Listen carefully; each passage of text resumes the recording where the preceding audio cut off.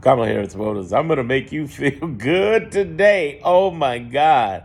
Oh, man. Oh, man. I'm going to tell you what's really going on, so pay attention, my fellow liberals and leftists. It is April 7th, 2025, and what we're going to talk about is how Donald Trump could be resigning in 365 days or less.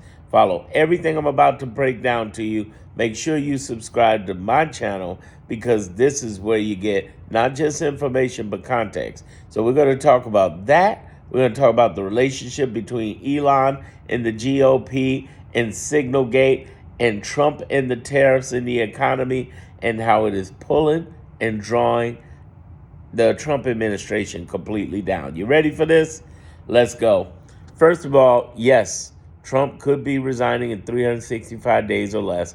There's some naysayers out there who like to say things like, well, here's the weird part. Wait till the end. I'm going to talk about the weird part, how I really don't want him to resign. And there's a reason behind this. You're going to hear me out. Just hear me out. I'm going to earn your subscription on this one if you're not already subscribed. Here's the thing. There's a good chance he could be resigning. Nixon has done it before, and he could do it before. You say, yeah, Darren, but you need Congress, and you need this, that, and the other. Yeah, that's the interesting part. Okay, so pay attention to what I'm about to say here. Elon does not like any of those people who are involved in Signalgate. And they don't like Elon. They're not feeling him. Have you noticed that the GOP has grown a pair out of the legislative branch?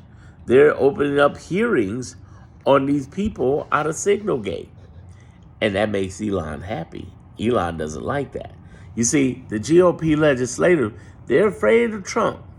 They're afraid of MAGA, but they fear most Elon Musk because Elon Musk can out-fundraise them for their competition and take them down.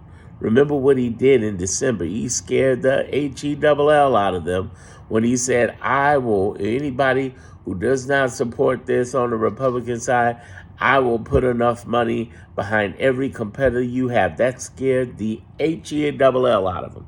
But in this case, he doesn't like Signalgate people. From Hegseth down, he doesn't like any of them. So whatever happens to them, a good thing. So GOP does not have the pressure that they normally would have from Mr. 400, 300 billionaire that they would normally have.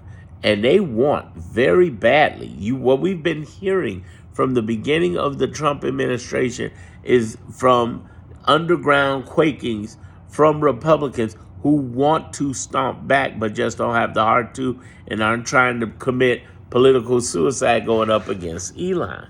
But now that's not there, and they come in with that Signalgate. Oh, but it gets better. Remember, I told you, Trump, tariffs, right? And economy. Who doesn't like tariffs? Elon. It's hitting Elon hard. In Europe, in America, it is hitting Elon hard. And it's really making it rough on his business given he's lost billions already. He doesn't like that, and Trump ain't listening to him, and he's not feeling that.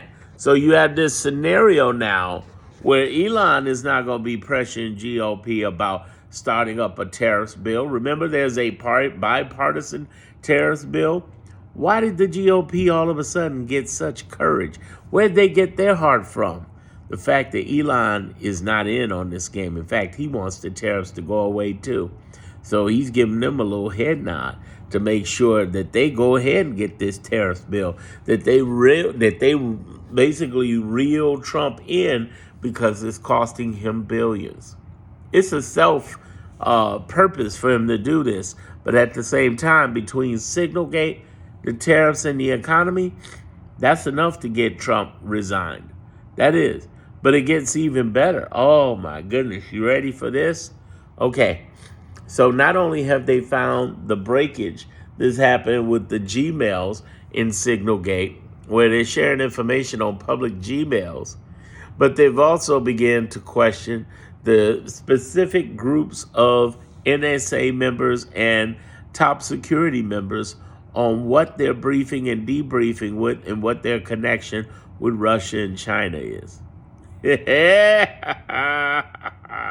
See, here's the thing. If you've been following my channel, I've been talking about things like Bondi could go to jail, Elon can go to jail, Tom Homan, the border czar who talks all that crap, can go to jail.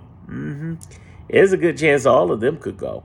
But what's really interesting to watch is to see how Elon has pulled himself away from the GOP to open up the door for a signal gate, to open up the door for tariff policies where the legislative branch pulls back the tariff policy from the president to make it his. This man could be out. You messed up trillions. I was going to say hundreds of billions, but trillions of dollars. And this man could be out like that, for real. And it's a matter of time. But here's the end thing I told you to wait for. I said, I don't want him to be out. Here's why. He's losing 45-1. He's losing. We're winning 45-1. He's losing 1-45. And, I remember the story about Hitler, the guy that rhymes with that name, Hitler, who was the German leader in the 1930s and 40s, right? British intelligence had it set up to assassinate him. And they had several opportunities, but they discovered something. They scrapped the idea because he was losing so well. And if they scrap Hitler, then the generals, who are obviously more experienced, might come in and fight a better war. So they stopped. If we get rid of Trump, who comes up next? Vance. And Vance is way slicker. Vance has more details, and he's a Project 2025 guy. Who comes in after Vance as possible VP? Well, in the order of succession, that would make Mike Johnson VP. That would make Vance president. Even if they didn't work out Mike Johnson being VP, that's still scary enough. Twice as scary, I think, than we have with Trump. Trump's delusional. He doesn't have a freaking clue of what's going on. Vance does. Yeah, no couch is safe, but also no country is safe. I think it would be twice as worse with him in there. And I think he'd find slick ways around the law to do it, to get in there. Whereas Trump is an idiot. And because he's an idiot, he's managed idiocracy and lost 1-45. Should we keep Trump? Should we get Vance? What should we do? Leave me a message in the comments. I'm telling you where I stand on it. But I'd love to hear where you stand. Have I earned your subscription on this enough? Definitely subscribe to my channel. And if you're not watching this from YouTube, definitely get on YouTube, Darren Monroe Politics.